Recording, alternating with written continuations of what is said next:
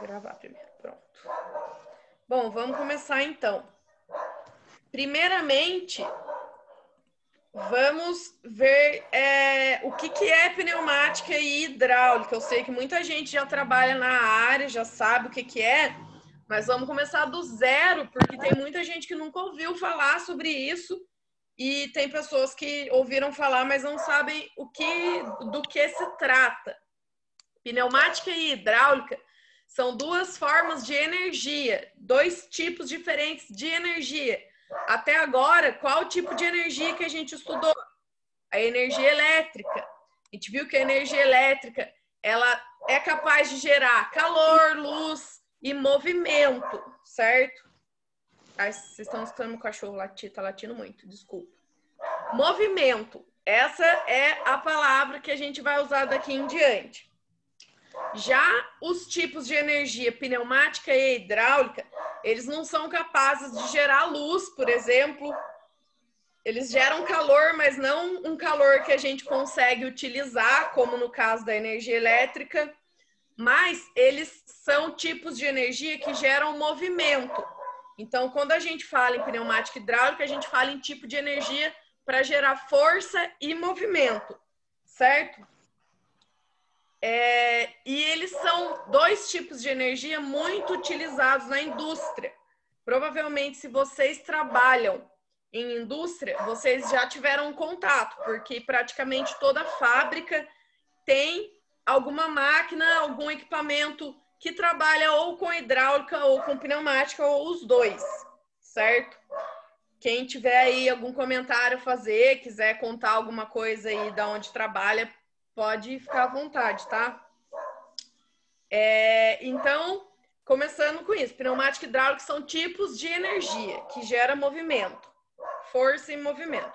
E elas são muito usadas porque elas têm algumas vantagens em relação a outros tipos de energia, como, por exemplo, a energia elétrica. Dependendo do tipo de movimento que a gente vai fazer, é muito mais vantajoso você usar, por exemplo, uma energia hidráulica, que ela tem muito mais força, ou uma energia pneumática, que ela é muito mais rápida do que ficar trabalhando só com energia elétrica. Essas são algumas das vantagens dessas duas energias em relação à energia elétrica. Nas próximas aulas eu vou mostrar para vocês uma planilha que eu fiz uma comparação entre esses três tipos de energia, pneumática, hidráulica e elétrica. Aí falando a vantagem de cada uma em relação à força, em relação à segurança, economia, enfim. Mas antes de mostrar essa comparação, vamos entender melhor sobre cada um desses tipos de energia. Então, só esclarecendo as palavras, quando a gente fala em pneumática, então, eu não coloquei o slide que fala a diferença básica entre pneumática e hidráulica. Então, a pneumática, ela se trata do ar comprimido como fonte de energia, certo? Então, a gente pega o ar da atmosfera mesmo, do ambiente, ele passa por uma máquina, um compressor, e dentro desse compressor ele já fica reservado na forma de ar comprimido. E é esse ar, a alta pressão, que é utilizado depois para movimentar os equipamentos. Como vocês podem ver aqui na imagem em movimento, esse é um exemplo de um pistão pneumático ou cilindro pneumático, que é um dos equipamentos que geram movimento através da pneumática, certo? E aqui embaixo, ó, tem a imagem de um compressor de ar. Então, aqui em cima tem o motor movimenta o compressor de ar, então ele capta o ar da atmosfera, do ambiente, comprime e reserva aqui embaixo, nessa parte amarela, aqui nesse tanque reservatório. Nas próximas aulas a gente vai estudar direitinho o compressor, os componentes do compressor e tudo, tá bom? Hoje é mais uma introdução mesmo. Então, resumindo, a pneumática, ela trabalha com ar comprimido e a hidráulica, ela trabalha com fluidos comprimidos, fluidos a alta pressão. Geralmente, a nível industrial, é óleo, certo? Então, A hidráulica usa óleo comprimido como fonte de energia, certo? Para movimentar os equipamentos, os atuadores, enquanto a pneumática usa ar comprimido. A gente vai falar muito sobre atuadores nessa matéria. O pessoal que já está se formando aí já sabe o que é atuador, já teve outras matérias em que a gente falou sobre isso. Para o pessoal que está entrando, se acostumar com essa palavra, atuador são os componentes que exercem algum tipo de movimento, certo? Então, motor, a gente pode dizer que o motor é um atuador. Por quê? Porque ele tem rotação do eixo. O cilindro, que é esse da imagem aqui que vocês estão vendo se mexer, também é um atuador, porque você vê que ele gera movimento de avanço e de retorno. Então, qualquer tipo de equipamento que gerar um movimento, ele é um atuador, certo? Ele vai interferir no ambiente de alguma forma, ele vai atuar de alguma forma no ambiente. Motor, por exemplo... Professor, Oi, pode falar. Vocês estão lá me enxergando onde eu trabalho também? tem um. Oi, pode falar. Onde eu trabalho tem compressor lá no. Tem, né? Vocês usam pneumática lá para quê? É que. Acho que eu já falei pra você, eu não sou da área lá, né? Dessa área. Fico na parte do AutoCAD, mas acho que é para pantógrafo, se eu não me engano. Ah, sim. Ó, geralmente, os lugares que tem CNC e que tem robô também usa bastante pneumática. Porque toda a parte de fixação das ferramentas no CNC, toda a parte de fixação... Não toda, nos robôs. Mas alguns tipos de fixação de garra dos robôs é tudo feito através de ar comprimido. Então, onde tem CNC, tem ar comprimido, porque as ferramentas são fixadas com ar comprimido. Oi? Lá na fábrica é tudo pneumática. Então. Dependendo da fábrica tem mais, dependendo da fábrica tem mais hidráulica. As linhas lá, ela só roda na parte de ar. Então. Se não tiver ar, não roda. Para tudo, né? Porque é os monitores muito grandes. O quê? Desculpa, não escutei. Os monitores lá são muito grandes. Ah, sim. Então, conforme a gente for tendo as aulas, a gente vai ver quais são os tipos de empresa que precisam aplicar mais ar comprimido, quais são os que precisam mais da hidráulica. Depende do tipo de serviço que cada uma faz.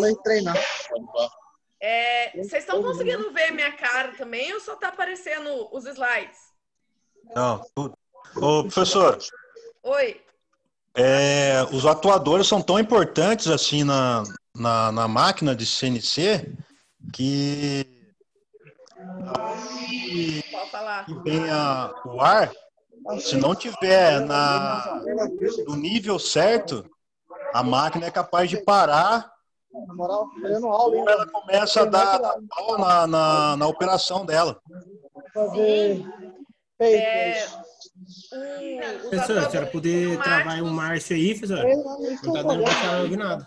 Gente, é mesmo? Quem que tá com o microfone ligado aí Márcio. que tá conversando? Márcio, tá aparecendo aqui. Deixa eu deixar todos vocês mudos. Não é? Ele tá mudo. Tá não, professor. No meu aqui tá aparecendo que ele não tá mudo, não. Vamos dar pra treinar fazer aula ainda. Gente, por favor, todo mundo desliga os microfones que tá dando interferência. Márcio. Ninguém escuta. Márcio, professor. Tô procurando. Márcio. Tô procurando, peraí. Ele que tá falando.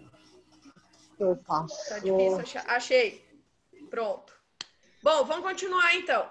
Então, hoje a gente vai falar sobre a pneumática. Então, primeiro, só para todo mundo saber. Pneumática usa ar comprimido, hidráulica usa óleo comprimido, certo? Para gerar movimento. E os atuadores são basicamente os mesmos. Tudo vai ser cilindro ou motor. Basicamente, esses dois tipos de atuadores. Depois a gente vai ver que tem esse tipo de cilindro diferente, enfim.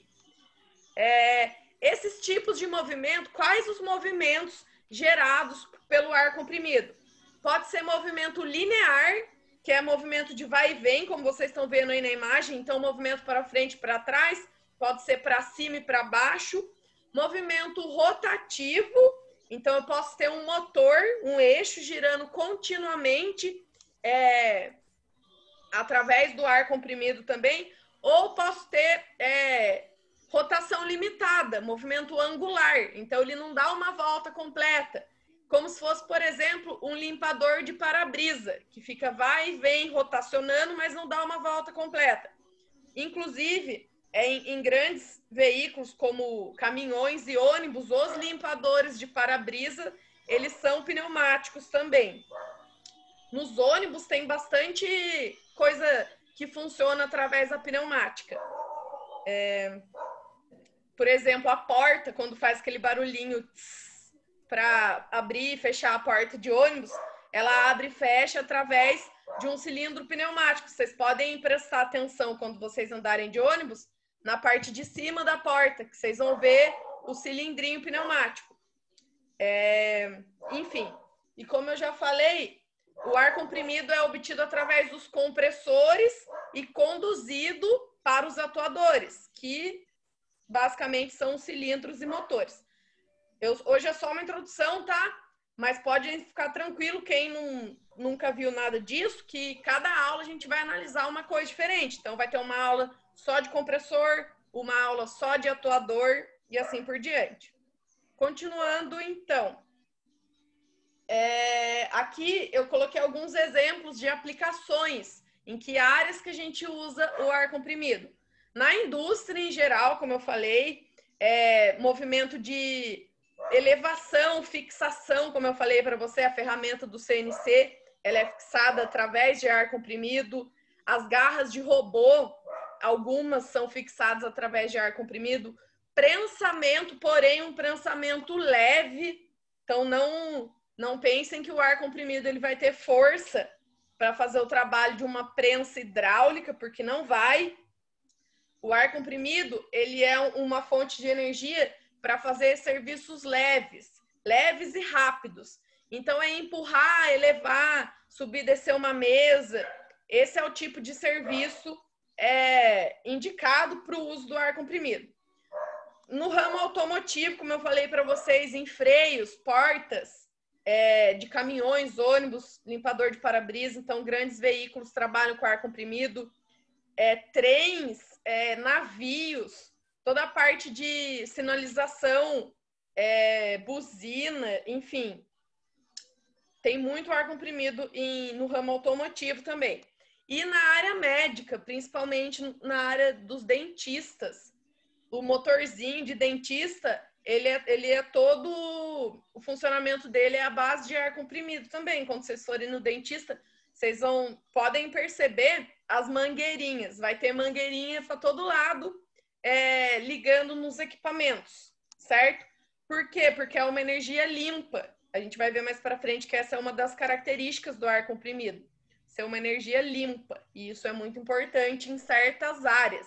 Certas áreas é mais importante que outras. Aí aqui, ó, vocês estão vendo a animação, dá para enxergar bem um exemplo aí de trabalho do ar comprimido. 2 cilindros trabalhando de forma combinada, tá vendo? Um empurra e o outro empurra para dentro da caixa. Aí aqui embaixo, eu coloquei uma foto de uma garra robótica. Então, essa garra, ela abre e fecha através do ar comprimido também. Aqui do lado direito embaixo é uma foto de uma garra de robô. Então, é uma garra que abre e fecha. Oi, pode falar. Não tô vendo nada, você tá falando. Vocês não estão enxergando o meu slide? Não, tô vendo você. Sim. Você? Ué? Sim. Fala para ela Todo clicar mundo tá 2 vezes em enxergando? cima da sua foto, professora. Fala para ela Agora eu clicar tô 2 vendo. vezes. Ah, ele Agora eu tô tava vendo. em cima do negócio? Ah, tá. Então, agora vocês estão Professora. vendo as imagens. Professora, num lugar que todo mundo vai, que todo mundo for, quem tem moto, carro, vê que aqueles borracheiros, tudo é tudo pneumático, assim. Também, sim. Eles usam muito para limpar também. Eles têm a pistolinha de ar comprimido e usam para limpar as coisas. Mas a maioria dos bagulhos de hoje, de arrancar pneu, os lugares que ele tem, é tudo pneumático. Sim, tem bastante aplicação. E aqui do lado tem uma ferramenta, um compressor de pintura. Também é muito usado em pintura. Vocês já devem ter visto também. As pistolas de pintura, elas são... A tinta, ela é espalhada, não é a palavra certa, mas tá bom. Ela é espalhada através do ar comprimido também. Enfim, aqui alguns exemplos de aplicação. Oi. Marinari, eu tô com a dificuldade com o compressor nosso lá na empresa, lá que tá me deixando cabelo branco, mano. O que tá acontecendo? Tá dando problema? Tá, ele não tá entrando em carga. É um compressor da Chicago, Pneumatic. É um S7, é um compressor antiguinho. Mas ele é um compressor estilo... Ele é um fusquinho, entendeu? Mas não tá dando pressão? Ele não entra em carga, né? Ele não puxa o ar. Ele tá funcionando e tal, mas não tá puxando o ar. E aí o que acontece? Normalmente quando ele não entra em carga, você troca o kit de admissão dele, né? Certo. Pronto. Já fiz isso várias vezes, né? É normal, porque esse kit ele tem vida útil. Ou então a eletroválvula. Também já fiz isso várias vezes. Aí beleza. Substituir o kit, nada. Substituir a eletroválvula, nada. Falei, caramba, aí já deu um problema que nunca havia acontecido, mano. Aí eu botei o motor tá funcionando normalmente. Não, tá, a parte de movimentação tá normal, entendeu? Só que o que acontece? Pode falar. Não, eu ia perguntar que tipo de compressor que é, se é pistão? Não, é parafuso, né? Parafuso. Não, mas aí o que acontece? O retorno da pressão mínima para admissão, ela tá na realidade com baixa pressão, porque acho que ela estava vazando lá ela tem uma válvula lá dentro, em cima do reservatório de óleo, na tampa, onde saem as duas mangueirinhas, uma é do pescador, que vem da unidade, e a outra vai para admissão, entendeu? E aí o que acontece? As que vai para admissão, ela sopra uma pressão de ar, que na hora que o compressor ele recebe o comando para poder entrar em carga, a eletroválvula libera essa passagem de ar, e aí a hora que movimenta a admissão, fazendo o compressor sugar o ar, entendeu? E aí o que acontece? Ele não está tendo pressão para poder mandar. Tá lá para você, só dor de cabeça. Não conseguiu descobrir o problema ainda? Não, descobri. Agora só que a gente não tem peça, né? Mas você sabe o que tem que trocar, então? Porque você falou que já trocou... Não, agora eu sei. Não, então, aquilo que eu falei para você, não entra em carga, admissão. Substitui a admissão, não entra em carga, eletroválvula. Substitui a eletroválvula, não entra em carga, aí eu buguei, porque até então, eu tô 12 anos e meio na Corosita, nunca tinha acontecido isso. Né? Apesar que o rapaz lá, ele falou que é recorrente isso no S7. Aí o que acontece? Eu até falei para ele, pode ser nos outros, no nosso que é a primeira vez. Aí segui os passo a passo, né, que eles me orientaram, né, assistência técnica, pelo WhatsApp, fui fazendo os testes, aí a gente achou o erro. Aí eu cotei as peças, mas é aquela ideia. Até chegar. Aí o cabelo tá ficando branco, já tá caindo. O importante é que já solucionou o problema, só falta chegar componente para trocar. Sim. Na próxima aula a gente vai falar sobre compressor, aí a gente vai ver os tipos de compressor, os componentes, para todo mundo enxergar o que você falou agora. Ah, entendeu. É que eu já... Então, e que você já trabalha com isso, né? Foi bom. Continuando, então, vamos... Antes de continuar a falar sobre o ar comprimido, vou passar 4 propriedades físicas do ar para a gente entender o comportamento do ar comprimido. Primeira propriedade é a expansibilidade, que é a característica do ar de tomar qualquer formato. Aonde você injetar ar, ele vai tomar o formato, ele vai ocupar todo o recipiente, certo? Todo o reservatório. Então, ele sempre toma o formato do recipiente em que a gente vai guardar, certo? Já que o ar ele não tem forma própria, então ele pode ter qualquer forma, independente do recipiente que a gente for guardar. E atrelado a essa propriedade da expansibilidade, a gente tem a compressibilidade, que é a característica do ar que a gente consegue reduzir o volume do ar quando a gente aplica uma força nele. Por exemplo, aqui na imagem, inclusive, tem até o exemplo aqui de uma seringa, certo? Então, eu tenho só a parte do êmbolo da seringa, certo? O pistão e o êmbolo, vamos dizer assim. Não tem a agulha. Se vocês pegarem aí uma seringuinha de plástico e puxar o êmbolo até o final, vocês vão encher ela de ar, certo? Encheu ela de ar, tampa a saída com o dedo e empurra de volta para vocês verem. O que vai acontecer? O êmbolo, ele vai entrar um pouco para dentro, até um certo ponto. Depois você não vai conseguir entrar mais. Por quê? Porque o ar, ele consegue se comprimir. Então, eu tenho a mesma quantidade de ar dentro da seringa, porém em um espaço menor. Por quê? Porque eu apliquei uma força. Então, eu consigo reduzir o volume da mesma quantidade de ar. Essa é uma característica do ar. É uma característica que vocês vão ver que o óleo ele já não tem. A gente não consegue comprimir o óleo. Se eu tenho uma quantidade de óleo, eu não consigo colocar essa quantidade de óleo num espaço menor. Ele não aceita. Agora, o ar já tem essa característica de aceitar, certo? Então, a mesma quantidade de ar eu consigo, aplicando uma força, eu consigo reduzir o espaço em que essa quantidade está armazenada. Lembrem-se disso, essa é uma característica muito importante do ar para a gente analisar. Capacidade do ar de se comprimir. Elasticidade é o contrário. Quando eu tiro a força, ele volta para o tamanho normal, certo? Então, o mesmo exemplo lá da seringa. Enquanto eu estou aplicando a minha força, o êmbolo da seringa, que é a partezinha de dentro, que tem a vedação de borracha, ela tá avançada, ela tá para frente, comprimindo o ar. Se eu retiro a força, a elasticidade do ar faz ele voltar sozinho para o tamanho inicial, certo? Para o tamanho natural, vamos dizer assim, o tamanho sem compressão. Então, essa é uma outra propriedade do ar, que é a elasticidade.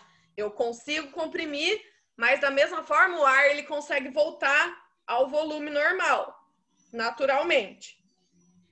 E a última propriedade física do ar aí para a gente analisar é a difusibilidade, que é a capacidade do ar de se misturar com outros gases, se esses outros gases não estiverem saturados. Saturado é quando tem um excesso de gás, saturação pode acontecer tanto em gás, quanto em líquido, quanto em sólido, qualquer coisa. É quando a gente tem o excesso do mesmo gás no ambiente. Aí fica difícil a mistura. Mas na nossa atmosfera mesmo a gente tem vários gases misturados. Então, uma das propriedades do ar é conseguir se misturar de forma homogênea com outros gases, certo? Aqui embaixo, ó, tem até um exemplo aqui. Esse azul e vermelho, vocês estão conseguindo ver? É como se fossem dois reservatórios. No primeiro exemplo aqui, eu tenho um vermelho e outro azul. O vermelho, vamos dizer que é algum outro tipo de gás, e o azul, eu tenho o oxigênio, o ar. E a passagem de um reservatório para o outro, ela está fechada. Nesse segundo exemplo, eu abro a passagem. Quando eu abri a passagem, o que aconteceu? Agora eu tenho ar dos dois lados, porque o ar ele se mistura facilmente, certo? Entre os dois reservatórios. Bom, então essas são as 4 propriedades do ar: expansibilidade, compressibilidade, elasticidade e difusibilidade, certo? A partir disso, então, vamos analisar quais são as propriedades positivas do ar comprimido. O que ele tem de vantagem na sua aplicação? Primeira vantagem é... Cadê? A primeira vantagem é que ele é encontrado em qualquer lugar. Então, ele é encontrado no ambiente, ele é retirado do ambiente. Qualquer lugar que eu coloco meu compressor, ele vai começar a puxar o ar do ambiente para dentro do compressor para poder armazenar o ar comprimido. Então, essa é a primeira vantagem. O ar está aí livre, disponível e de graça para quem quiser usar, certo? praticamente em todos os lugares, em quantidades ilimitadas. Então, essa é uma grande vantagem de usar o ar comprimido. Segunda vantagem é a facilidade do transporte, certo? Ele pode ser transportado tanto por tubulações e também por mangueiras, certo? Aqui do lado eu coloquei duas fotos, uma foto de uma tubulação e aqui embaixo a foto das mangueiras, certo? Que é o que a gente mais costuma ver por aí.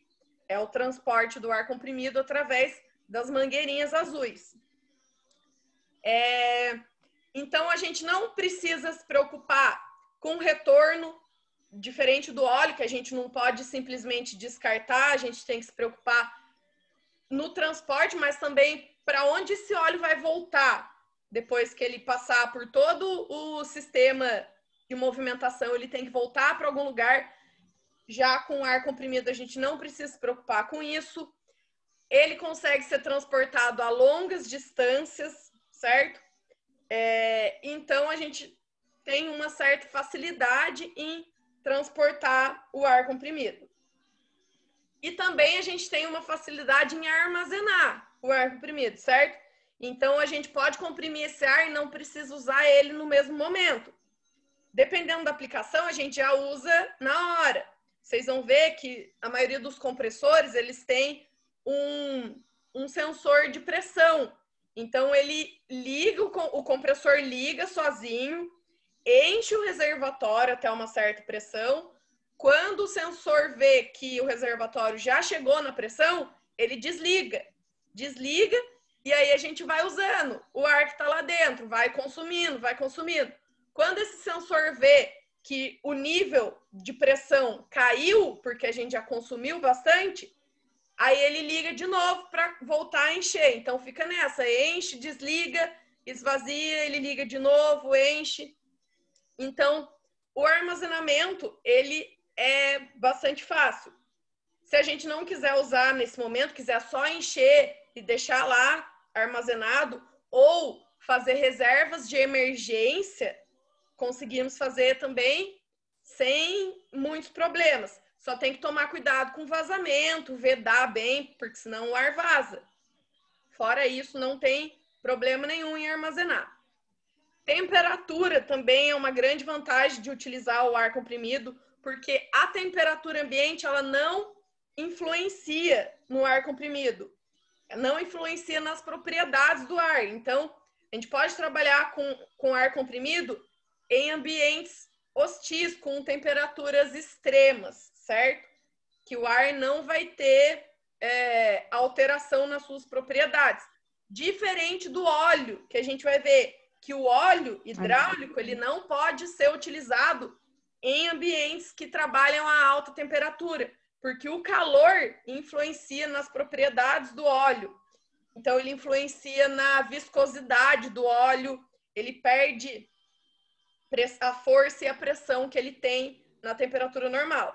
Então, o óleo ele já tem essa limitação, o ar não. O ar ele pode trabalhar em temperaturas altas sem nenhum problema. Certo? Mais uma vantagem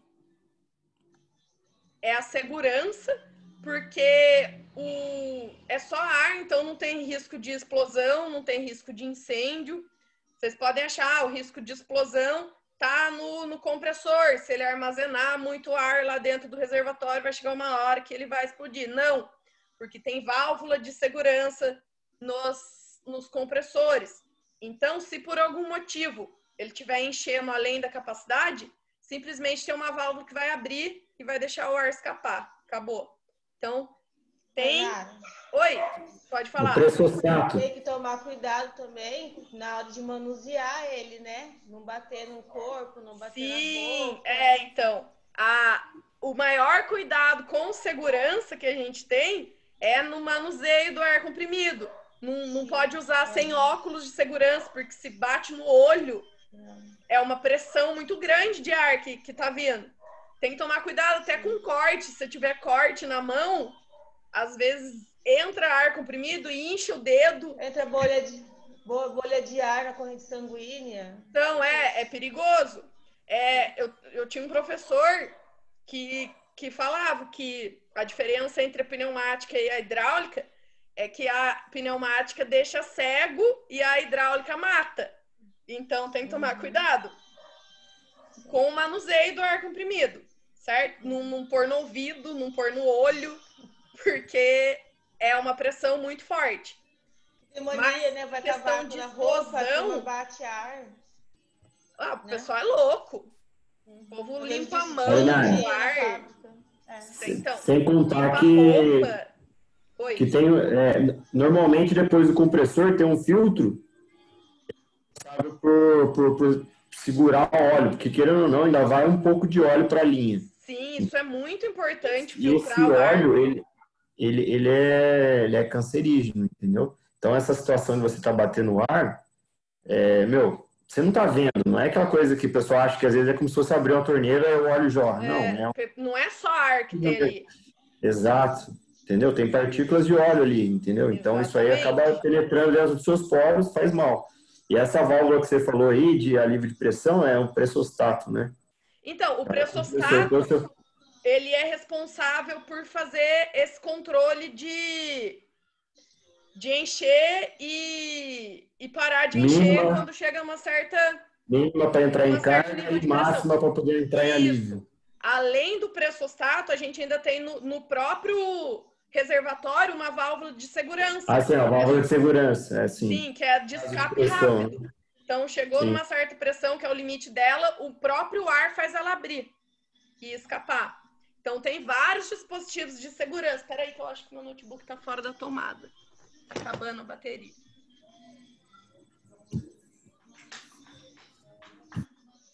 Mas nada. Oi? Direto eu pego o ar comprimido e bato na minha roupa na fábrica. Então, além de manchar, né? Tem que tomar cuidado mais com contato com a pele. Não mancha nada. Sempre. Não mancha nada, não tem óleo, não tem nada não, é só o ar. Que são partículas muito pequenas, mas... Porque às vezes a gente trabalha com as placas lá, solta resíduos, daí vai tudo pro jaleco nosso, no sapato, daí a gente pega o ar, bate assim, foda, 10 anos que eu faço isso. O pessoal que trabalha com CNC, toma banho. Da hora, pode continuar então, mais 10 anos aí que você brilha. Então, todo mundo faz isso. Faz, só toma cuidado de passar na mão, na pele, enfim. Não, a gente não bate na mão, nas coisas, bate assim no jaleco, assim no sapato quando tá com meio, porque lá a gente usa sandália. Bate por cima, assim, não aconteceu nada. Aí é tranquilo, limpar o ambiente, enfim. A gente faz direto limpar o ambiente. Então, aí uma outra característica positiva é a limpeza do ar. Porque ele é uma forma de energia limpa e em certas áreas industriais, como aqui, por exemplo, indústria alimentícia, indústria química, a indústria eletrônica, que é onde você trabalha, não pode ter não pode ter poluição, não pode ter óleo no ambiente, porque influencia muito no produto que vocês porque o nosso fabricam. Lá não tem óleo, não. Então, não pode ter hidráulica, por exemplo. Em alguns ambientes hostis, como indústria química, não é recomendável ter muita energia elétrica também, porque a energia elétrica ela é passível de incêndio e explosão, assim como a hidráulica, já a pneumática não. Então, a limpeza também conta muito, porque além do pouco de óleo que é feito para lubrificar, mas é uma quantidade muito mínima, é uma energia totalmente limpa, é ar. Então, você pode usar, por isso que tem bastante na parte hospitalar, a gente usa bastante pneumática, alimentícia, enfim, farmacêutica, porque é uma energia limpa. Oi, alguém ia falar mais alguma coisa? Sim, é exatamente isso que você está falando. Eu tenho 21 anos de carteira já. Só trabalhei nessa área da automação, hidráulica e pneumática, 90%. Então, esse negócio de bater na roupa, infelizmente, a gente trabalha numa média aqui no Brasil de 7 bar. Sim. Né, em ar comprimido. A média que usa geralmente é 7 bar. Você tiver um pedaço de aço ou alguma coisa, uma pedra que foi enroscada na sua camisa ou onde foi, você bateu o ar, A questão é, o ar pode até estar limpo, que não está, ele não é 100%, né? Porque você tem um tratamento através do lubrificante, né? Porque todo equipamento pneumático tem que ter lubrificação interna. Tem que ter lubrificação. Então, ele vai o óleo. Ele vai o óleo, não adianta. E a água também. Porque por mais que fale que não tem água, passa, não adianta. Ele passa por vários filtros, mas sempre tem um pouco de água. Partícula de água passa, não adianta. Então, o que acontece? A pessoa fala assim, eu bato na roupa, bato na cabeça, bato no boné, bato não sei na onde, o ar, que tá tudo certo. Não. Se tiver uma partícula que for no ambiente, ou até mesmo no ar ali, ela vai para você, não adianta. Então, se tiver um cavaco, um pedacinho de alguma coisa, corre risco de entrar na pele.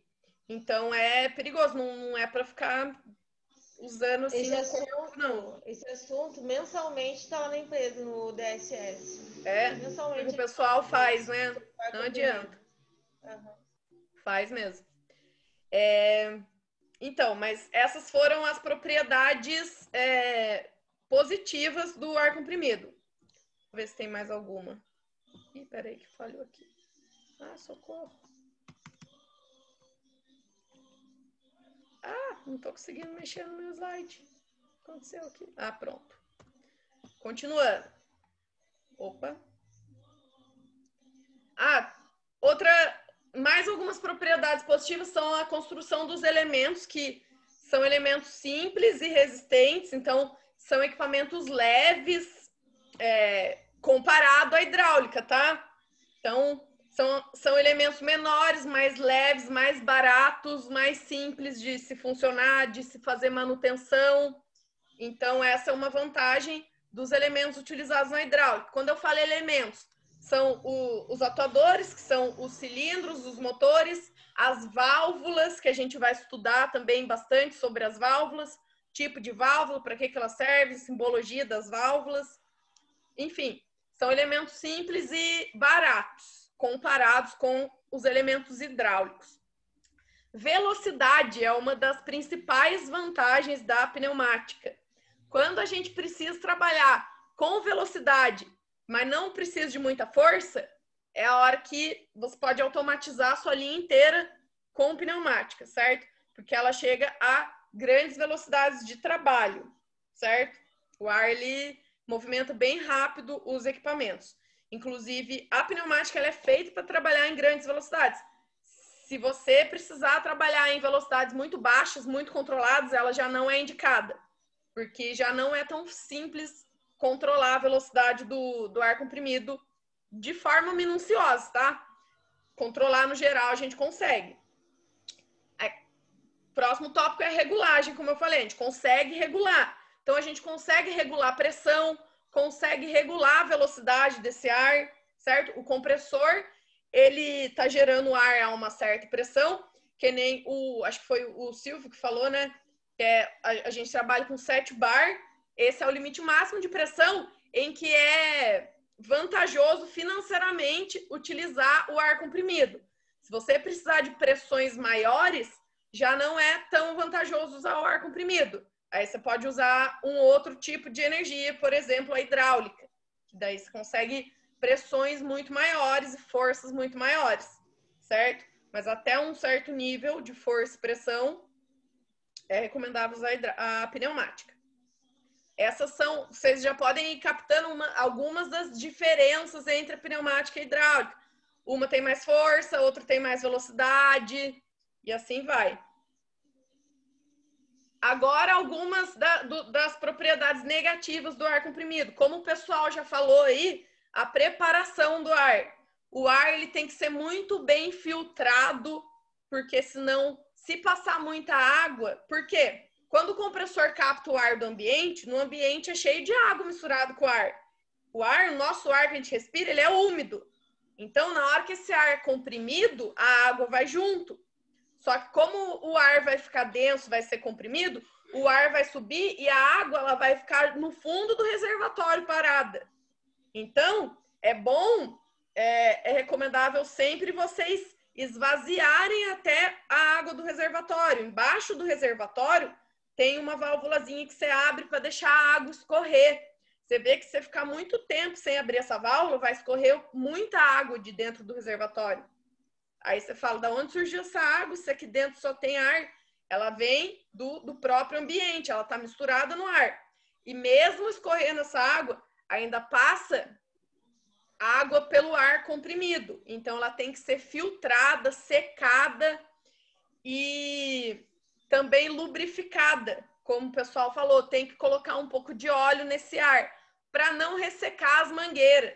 Senão, você pega aquela mangueira, quando o ar não está bem lubrificado, a mangueira, você não consegue nem dobrar ela. A mangueira de ar comprimido, ela é molinha, ela é flexível. Quando a mangueira está ressecada, você não consegue manuseá-la direito.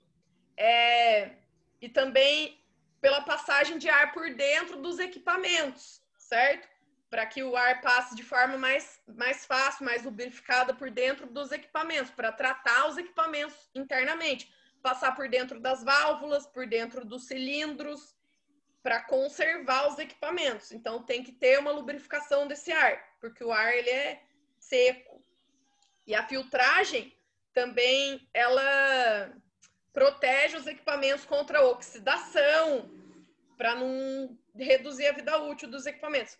Então, essa é uma desvantagem do ar. Ele tem que ser muito bem tratado antes de chegar até os equipamentos, para não danificar os equipamentos, certo? Então, aí, você tem que prestar bastante atenção nesses filtros. Aqui eu tenho alguns exemplos de unidade de filtragem, tratamento. Tem algumas maiores, né, que estão nos canos, nas tubulações. Tem a menorzinha, que às vezes vem até na própria saída do compressor. E essas unidades de tratamento não é uma só, não. Dependendo da sua aplicação, dependendo da quantidade de máquina que você trabalha, tem que ter uma filtragem na entrada de cada máquina, além da filtragem que sai do compressor. Se esse ar for distribuído para longas distâncias, tem que ter as filtragens intermediárias, tudo para conservar bem o ar, para que ele chegue bem nas máquinas, certo? A compressibilidade que a gente falou antes, nas propriedades do ar, ela é uma grande desvantagem para o uso de ar comprimido. É por causa da compressibilidade que a gente não consegue utilizar ar comprimido para trabalho que exige grandes forças, como prensar, por exemplo. Se a gente precisa prensar, o que pode acontecer se a gente usar um cilindro movido a ar comprimido? Ele vai fazer força no material para prensar até um certo limite. Quando chegar no limite dele, ele vai começar a comprimir. Aí o que vai acontecer? Aí o material vai começar a afundar o cilindro de volta para dentro. Por quê? Porque o ar ele não dá conta de sustentar aquela força. Ele vai começar a voltar para trás. A força vai começar a empurrar o cilindro de volta para o recuo. Então, por isso, pelo ar ser compressível, não é recomendável a aplicação de pneumático para fazer grandes forças, certo? Opa! Aí, a continuação são as forças. Como o Silvio já tinha falado, ó, o limite de pressão geralmente é 7 bar. Acima disso não compensa. Aqui a gente tem a força em Newton, então até 3.000 Newton de força, um cilindro pneumático consegue fazer bem. Então ele tem força, só que dependendo da aplicação, se eu precisar de grandes forças, não dá para usar. Então essa é uma desvantagem, uma limitação da aplicação da pneumática. Professor. Antes também... Oi, pode falar. Tem um exemplo típico de força, né? No caso relacionado à pneumática, são nos postos de combustível. Você vê o carro, ele sobe no cilindro pneumático, eles levantam, porém ele não tem retorno. O retorno dele é o próprio peso do carro, né? E é controlado por válvula. Sim. Então ali é um exemplo, né? Ele sobe, né? Ele tem força porque a área do cilindro é muito grande, então ele consegue levantar o carro, né? Calculado, lógico. Mas esse retorno, ele também depende do tipo de cilindro que você está usando. Que às vezes pode ser o retorno automático. Então, na hora que você desaciona a válvula, aí ele vai empurrar o ar de volta, né? Então, aí ele desce automaticamente. Né? Você não precisa aplicar força para ele descer também. Nem pode, né? Porque só desce de uma vez. Aí teria que ser. Então é a gravidade, o peso do carro na gravidade que faz descer, né? Não tem retorno por pilotagem, no caso. Então um modo de dizer, ele é lento, né? Ele sobe muito lento porque não tem velocidade pelo tamanho do cilindro, mas a força que ele aplica ali é grande, né? Sim. E é um negócio que eu tenho maior medo que lá. Não sei por quê. Você está falando carro mesmo? Automóvel? Se você for no posto de combustível, pode ver, não é mudar os macacos que levantam carro, eles são hidráulicos, não são pneumáticos, não, professor. Os postos de gasolina que são pneumáticos. A senhora pode ir lá, eu falo para que eu já fiz manutenção em vários. Eles são pneumáticos. Professor. Nas oficinas e nas fábricas são todos hidráulicos. Não, e isso é oficina, são motores elétricos, hidráulicos, mas nos postos, principalmente em lava-rápidos, pelo valor que ser mais barato que uma unidade hidráulica, são todos pneumáticos. Nossa, eu vou lá procurar saber o tamanho do cilindro para conseguir levantar um carro. O cilindro tem cilindro que chega a 1 metro de diâmetro. Que interessante. Quer dizer, e a segurança dessa situação aí? Não, ele trabalha com válvula. Ele trabalha com válvula. Ele sobe, o cara aciona, ele sobe, aí tem uma retenção. O cara fecha a retenção, o carro fica lá em cima. Sim. Quando ele tira, tem uma controladora embaixo, entendeu? Que controla a saída do ar e o carro desce pelo peso do carro. Então, não estou nem falando desse exemplo do carro, mas poderia acontecer o quê? Pelo ar ser compressível, mesmo com a retenção, mesmo com a válvula fechada, segurando o cilindro cheio, levantando o ar, o próprio peso do carro podia começar a comprimir o ar. Então, o cilindro podia começar a fechar, mesmo com as válvulas segurando o ar. Por quê? Porque o ar, ele comprime sozinho. Então, é arriscado. Provavelmente. Eu já vi acidente assim. Cálculo em cima disso. Mas é um risco. Tem que calcular muito bem. Com um macaco hidráulico já não acontece isso. Porque o macaco hidráulico, o óleo não é compressível, então ele nunca vai voltar. Se a válvula estiver fechada, ele vai ficar lá sustentado quanto tempo precisar. Bom, mas essa é uma novidade, gostei. Eu vou no posto procurar saber sobre isso. Dá uma pesquisada para a senhora ver. Boa. E uma outra desvantagem que era antigamente, hoje em dia já foi solucionada, é o barulho. Porque quem trabalha sabe que é ruidoso, então é irritante. Quem trabalha com muito ar comprimido, tem um barulhinho, só que hoje em dia a gente já tem silenciador para isso. Então, quem se incomodar com o barulho já tem o dispositivo para comprar para silenciar. Geralmente não tem silenciador, mas já existe uma solução para esse problema. Bom, falar de automação agora. A pneumática, ela é muito atrelada à automação, como eu falei. Todo lugar que tem automação, que tem robô, que tem CNC, vocês vão encontrar pneumática também, porque ela trabalha muito junto com a automação.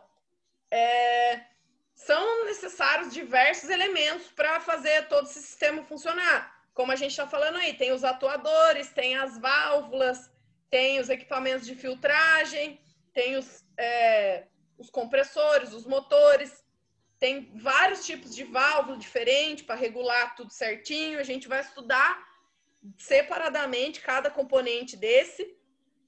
E só uma prévia que a gente vai ver nas próximas aulas aí, o elemento mais simples é o cilindro pneumático, que é esse que a gente está falando, certo? Como que ele opera? A gente injeta ar e o próprio ar vai empurrar o êmbolo do cilindro para fora, fazendo ele avançar. Como vocês podem ver aí na animação. Tem a foto de um cilindro em cima e embaixo uma animação do funcionamento dele. O azulzinho aqui dentro do cilindro, vocês podem considerar que é o ar. Então, quando a gente libera o ar empurra a haste dele para fora E quando a gente ou desaciona o botão ou então libera ar no sentido contrário, a haste volta para dentro. Nesse caso, é um cilindro de dupla ação, então ele precisa ser empurrado para fora pelo ar e também precisa ser empurrado para dentro. Mas tem alguns cilindros com retorno por mola, que daí é automático. Então o ar só empurra ele para fora, avançando, e ele recua através de mola. A gente vai ver melhor tudo isso. Então esse é o elemento mais simples da pneumática, certo? É um elemento que faz movimento linear, movimento em linha reta. Então ele empurra, puxa, ele pode servir para elevar, para abaixar alguma coisa. Várias aplicações aí para o cilindro, certo? Abrir e fechar também é utilizado o cilindro pneumático. E vocês vão ver que a hidráulica tem os mesmos elementos. Então, a hidráulica tem um cilindro também que funciona exatamente dessa forma. Enfim. Complementando agora, ó, algumas vantagens da automação pneumática. Mas peraí, deixa eu ver quem que tá com o microfone ligado. Vou mutar todo mundo. Não esquece de tirar quando vocês precisar falar. Uma das vantagens de implementar a automação pneumática é a redução de custos. Porque você aumenta a produtividade, o serviço que era para ser feito manual, repetitivo, agora vai ser feito de forma muito mais rápida, através dos movimentos pneumáticos, e com isso você libera o operador de tarefas repetitivas, você pode utilizar esse operador em outras tarefas, você aumenta o ritmo de trabalho, aumenta a produção, acaba reduzindo o custo operacional, acaba reduzindo o número de funcionários. Então, é uma vantagem de produção muito grande, você automatizar a sua linha com equipamentos pneumáticos, certo? Em vez de ter uma pessoa lá para ficar separando caixa e movimentando as coisas de lugar, você pode automatizar tudo isso com um cilindro em formas de circuitinhos, que são uma delícia de fazer, que a gente vai fazer vários exercícios desses. Aqui vocês viram a imagem em movimento, ó, que tem exemplo, 2 cilindros trabalhando de forma linear, tem um cilindro circular fazendo um movimento de meio giro, tudo à base do ar comprimido. Outra vantagem de se implantar a pneumática na automação, esse que a gente até já falou sobre ela, que é a robustez dos equipamentos pneumáticos. Eles são insensíveis a vibrações e a golpes. Vocês podem ver quando a gente for fazer a aula prática, que ele dá umas porradas no fim de curso. Porque, como eu falei, a velocidade dele é muito alta, então quando o ar empurra a haste do cilindro, ele avança com tudo. Bate no fim de curso, isso aí tudo dá para regular, tá? Mas ele é insensível a impactos. Então, a gente pode usar ele... Oi? Pensei que alguém tinha falado comigo. Então, pode usar na potência máxima, sem problemas, lógico, que a vida útil vai diminuir. Ó, quem que tá com o microfone ligado ainda?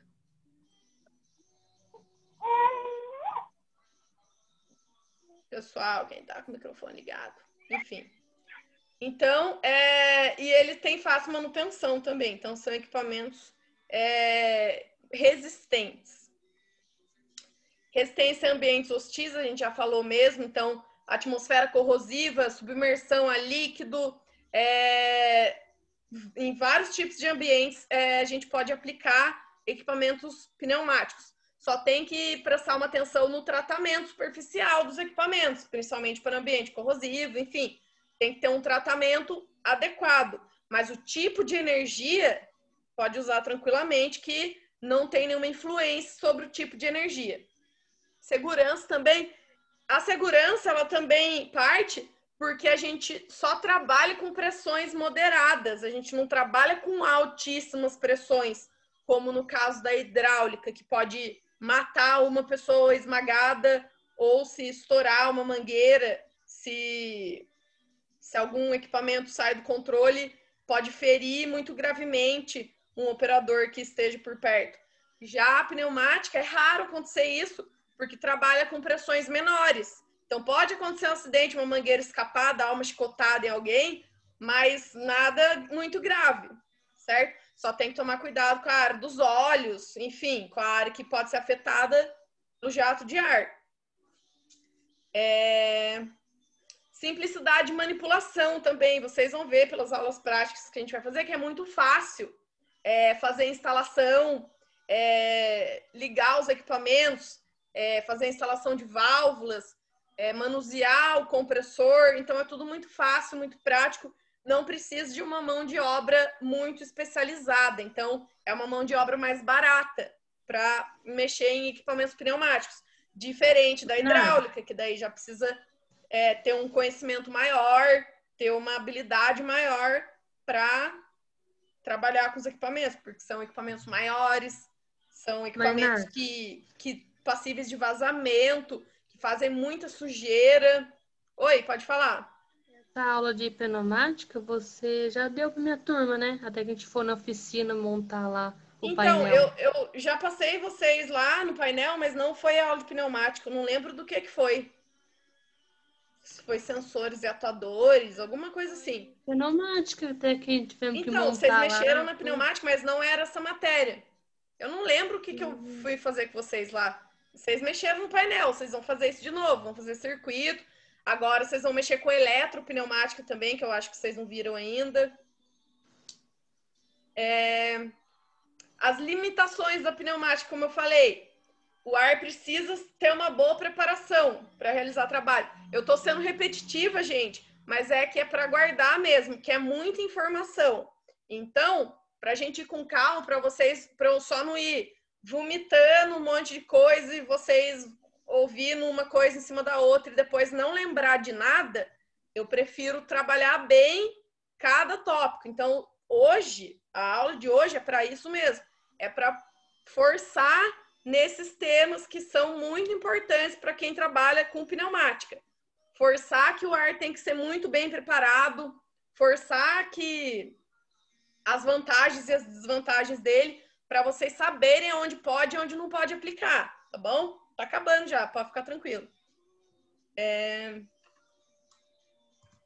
Então, remoção de impurezas, filtragem, secagem, lubrificação. Isso é muito importante para conservar as partes em que o ar vai circular. Então, para conservar as mangueiras, para conservar as válvulas, para conservar os atuadores, certo? Porque o ar vai passar por dentro de tudo isso, certo? E força limitada também, como a gente já falou, certo? Aqui eu coloquei até um exemplo para vocês. O meu exemplo é o seguinte: não é conveniente o uso de um controle pneumático em uma operação de extrusão de materiais.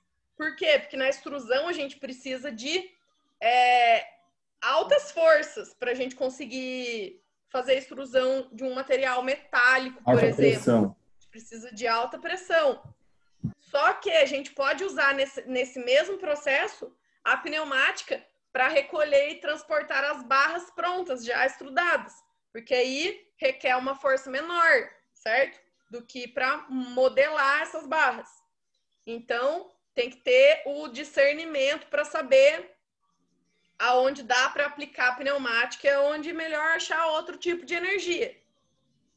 Aqui eu tenho de novo o exemplo da movimentação, mas basicamente pneumática é movimentação leve e fixação. E também movimentação de ferramenta. Tem muita ferramenta que é utilizada pneumática. Por exemplo, parafusadeira. Não sei se vocês já viram aí, tem bastante parafusadeira pneumática, que é facinho de mexer. Enfim. Aplicações leves. Uma outra limitação, como eu falei, é o controle de velocidade impreciso. Impreciso em relação à hidráulica, porque na hidráulica, quando a gente está trabalhando com hidráulica, a gente consegue controlar milimetricamente a velocidade. Se eu quero que avance meu cilindro 1 milímetro por vez, eu consigo controlar essa velocidade. Já na pneumática, quando eu preciso de velocidades muito baixas, eu tenho dificuldade em controlar, porque é ar, não dá para controlar muito bem o escape de ar. Então, depende até um certo limite de velocidade eu consigo controlar bem. Agora, se for uma velocidade muito baixa, vão aparecer dificuldades para controlar. E o ar é um fluido altamente compressível. Essa é outra tecla que eu vou bater sempre, porque é importante saber disso. Então, a gente não consegue manter por muito tempo uma força em um cilindro com ar comprimido. Por exemplo, se eu ia dar o exemplo de levantar o carro, vamos dizer assim. Se eu levanto um carro num macaco hidráulico, eu posso deixar esse carro ali levantado por 1 ano, que ele não vai sair do lugar. Porque o peso do carro nunca vai comprimir o óleo. Ele vai ficar levantado lá, firme, 1 ano parado. Agora, se eu levanto uma peça muito pesada com a pneumática, ele pode até aguentar um tempo, mas conforme ele vai ficando lá e o peso do material vai fazendo força contrária, a tendência natural do ar é ir se comprimido. Então, o peso do material vai fazendo ele abaixar aos poucos. Então, oi, pode falar. Eu me enganei que é hidráulico mesmo, eu tô vendo aqui. É hidráulico, né? Eu tava achando muito estranho o ar comprimido aguentar levantar um carro. Professora. Oi. Licença, mas o ar comprimido lá do ar comprimido, ele tá no caminhão também, nas carretas e no muque, né? No muque do caminhão. Sistema de frenagem. Então ele levanta muito mais que um carro, não é? Oi, desculpa, não escutei o final. Ele levanta muito mais pesado que um carro. Ele levanta até toneladas, né? Não. O ar comprimido? Por exemplo, eu vou filmar para a senhora ver. Eu tenho cilindros, por exemplo, em tratores, até nas empilhadeiras, enfim, tenho cilindros, mas são todos hidráulicos, tá, gente? Toda a parte de levantar peso nos carros, nos caminhões, nos tratores, é hidráulica. No mesmo carro, a gente pode ter pneumática e hidráulica trabalhando junto. Mas toda a parte de levantar grandes cargas é hidráulica. O que ele tá falando é hidráulico mesmo. O que ele falou aí. Então, é a parte de aguentar carga, né? Como se fosse esses bagulho que pega container, sabe? Que tem esses bagulho que pega e puxa. Esqueci como é que fala. É empilhadeira, não é que você tá falando? Não, é uma outra grandona que pega tipo esses containers. É o muque. Tudo esses negócios é tudo hidráulico. É tudo hidráulico. Não é pneumático, não. A pneumática nesses caminhões... tem que dar ar no caminhão para poder ligar o muque? Então, pro freio de mão, aquilo lá é mais pra você... Ela controla o sistema de frenagem. Ela controla parte de abrir e fechar, reservatórios, enfim. Toda a parte de movimentação de abre e fecha, freio, rápido, é controlada pneumaticamente. Agora, igual o caminhão para ele sair. A sustentação é hidráulica. É igual o caminhão, né? Para o caminhão sair, primeiro você tem que ligar ele, deixar encher, para daí você conseguir sair. Então, você pode até ver, faz sempre o barulhinho do ar escapando quando você desativa o freio ou ativa ônibus, caminhão, veículos grandes. Eles trabalham com os dois, pneumática e hidráulica. Pode ver, se precisou de força, é hidráulica. Bom, agora, para finalizar a aula, vamos falar sobre pressão, porque até agora a gente falou sobre pressão muito e o que é pressão. Vamos começar pela atmosfera.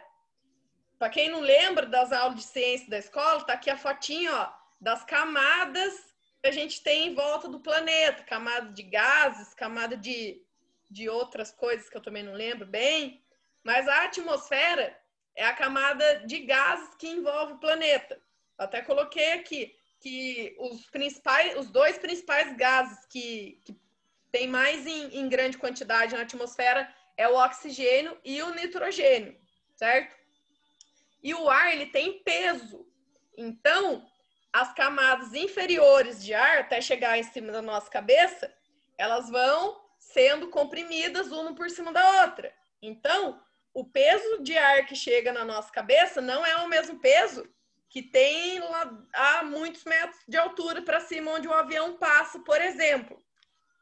Assim, o que a gente pode concluir que quanto menores as camadas, quanto mais baixas as camadas de ar, mais denso é esse ar, mais comprimido é esse ar. E quanto mais altas as camadas de ar, menos denso são o ar, menos comprimido é o ar. Por isso que a pressão no litoral, a nível do mar, é diferente da pressão na onde a gente vive, por exemplo, que é na serra, em cima, mais para cima, certo? Quanto mais alta a cidade, quanto mais alto o lugar, eu tenho menos pressão atmosférica. Por quê? Porque eu não tenho tanta camada de ar em cima da minha cabeça, certo? Eu estou mais para cima. Tenho mais pressão a nível do mar e mais pressão ainda quando eu abaixo o nível do mar. Eu entro em buraco, em túnel muito profundo. Quanto mais eu vou descendo, maior a pressão. Por isso que quando o pessoal faz mergulho, tem um certo limite que o pessoal consegue mergulhar. Depois não consegue mergulhar mais fundo, porque aí o nosso corpo já não aguenta a pressão. Enfim, então lembra disso. A gente está sofrendo pressão o tempo todo em cima da gente. Por que que a gente não sente essa pressão? Porque ela não vem só esmagadora na cabeça. A pressão, ela tá vindo por todos os lados, de frente, por todos os lados. Ó, vê o desenho aqui. Por isso que a gente não sente, porque basicamente um lado anula o outro e o nosso corpo já foi feito para viver e aguentar essa pressão. Se tiver, por exemplo, sei lá, uma outra forma de vida em outro planeta que vier visitar a gente, pode ser que ela não aguente a pressão que a gente aguenta viver, certo? Assim como provavelmente tem animais marinhos escondidos a níveis do mar que a gente não consegue acessar porque eles aguentam viver naquela pressão. Enfim, então por isso que a gente não sente a pressão, que a gente recebe ela por todos os lados. Essa é a famosa pressão atmosférica, que é a pressão normal em que a gente vive, certo? Como eu falei, essa pressão ela varia conforme a altitude, mas a variação também não é nada muito grande. Tem uma variação, mas ela é pouca. Quais as principais unidades de pressão, então? Então, sabendo que a pressão é essa força que tem por todos os lados para a gente. Quanto mais a gente comprime, mais pressão a gente tem. Então, o ar comprimido, ele é mais pesado do que o ar atmosférico, que é esse que está aqui com a gente agora.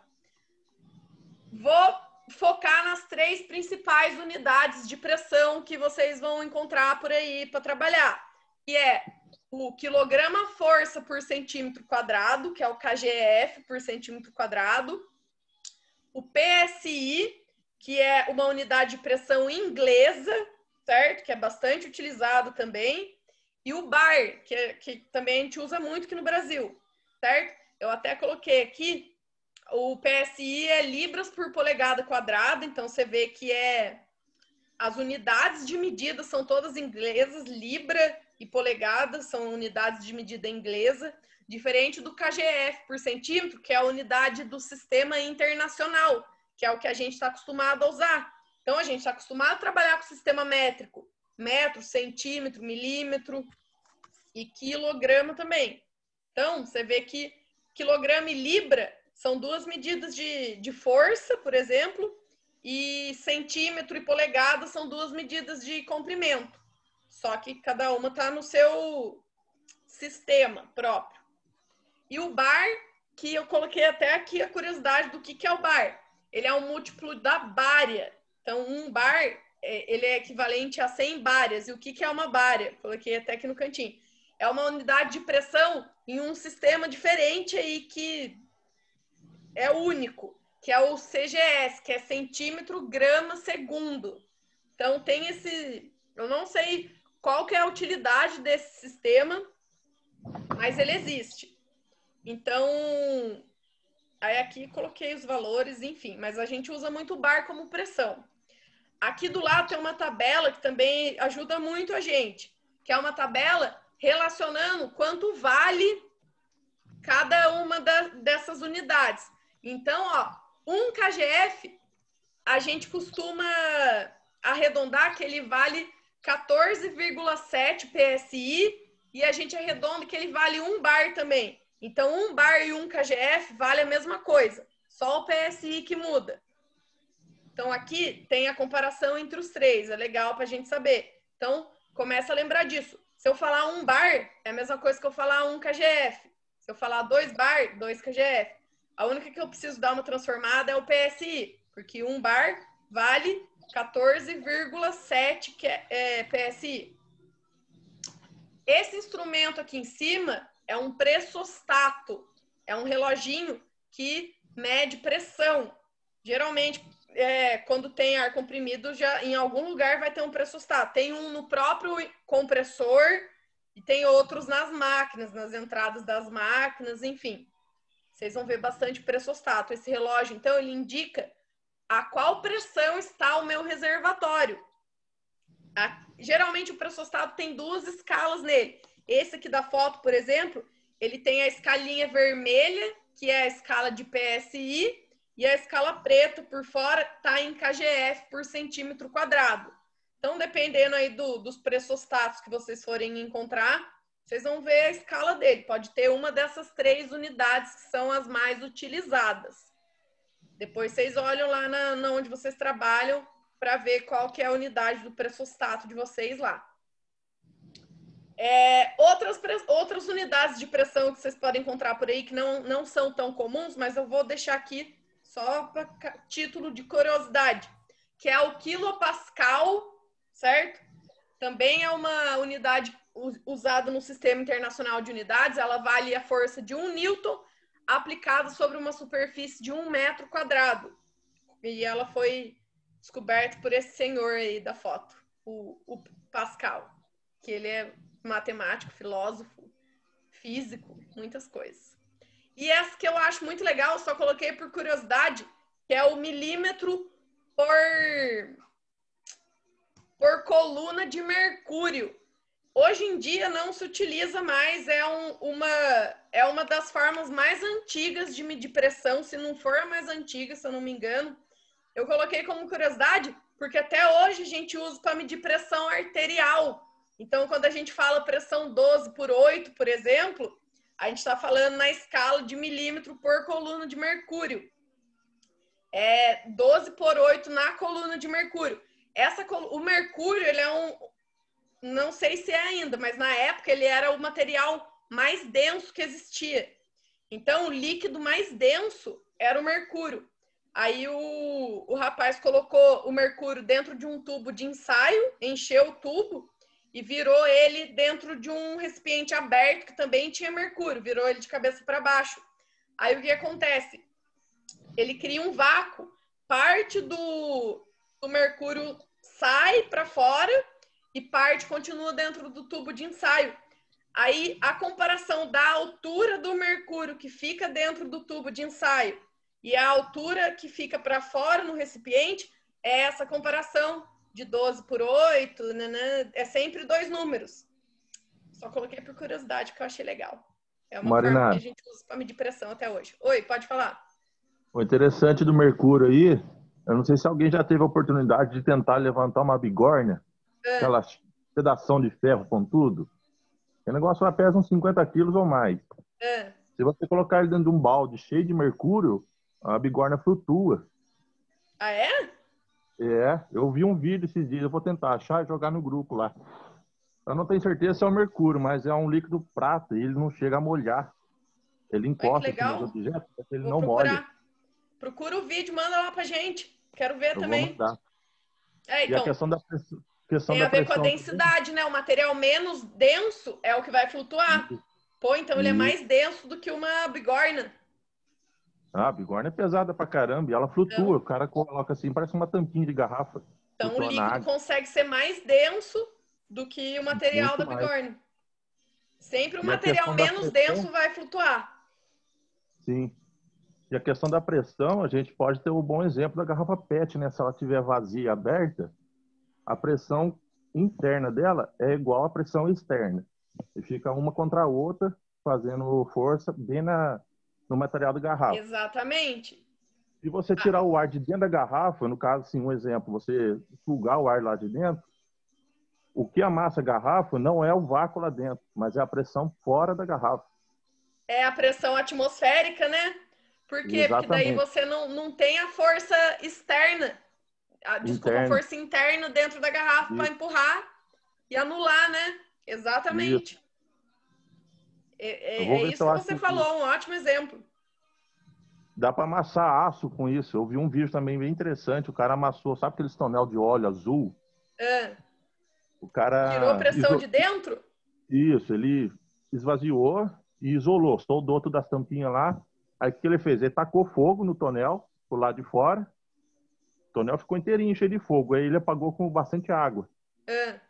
Aí o que aconteceu? Isolou, abaixou o nível de pressão interna. Na hora o tonelzinho amassou igual um papelzinho assim, ó. Olha só.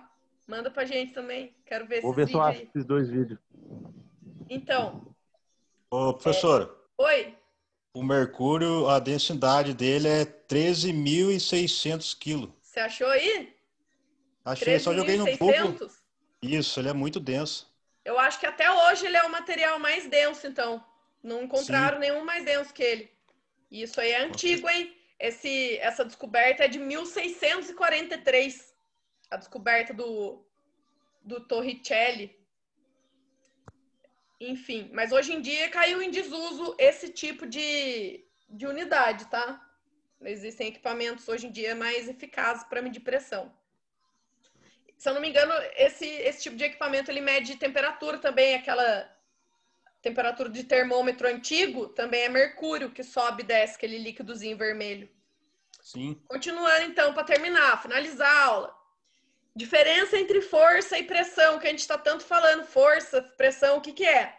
Força é uma grandeza capaz de movimentar ou deformar um material, certo? Então, se eu empurro alguma coisa, puxo, amasso, eu tenho força. E pressão, ela depende da força. A pressão, ela não tem nem uma forma escrita como eu posso definir pressão.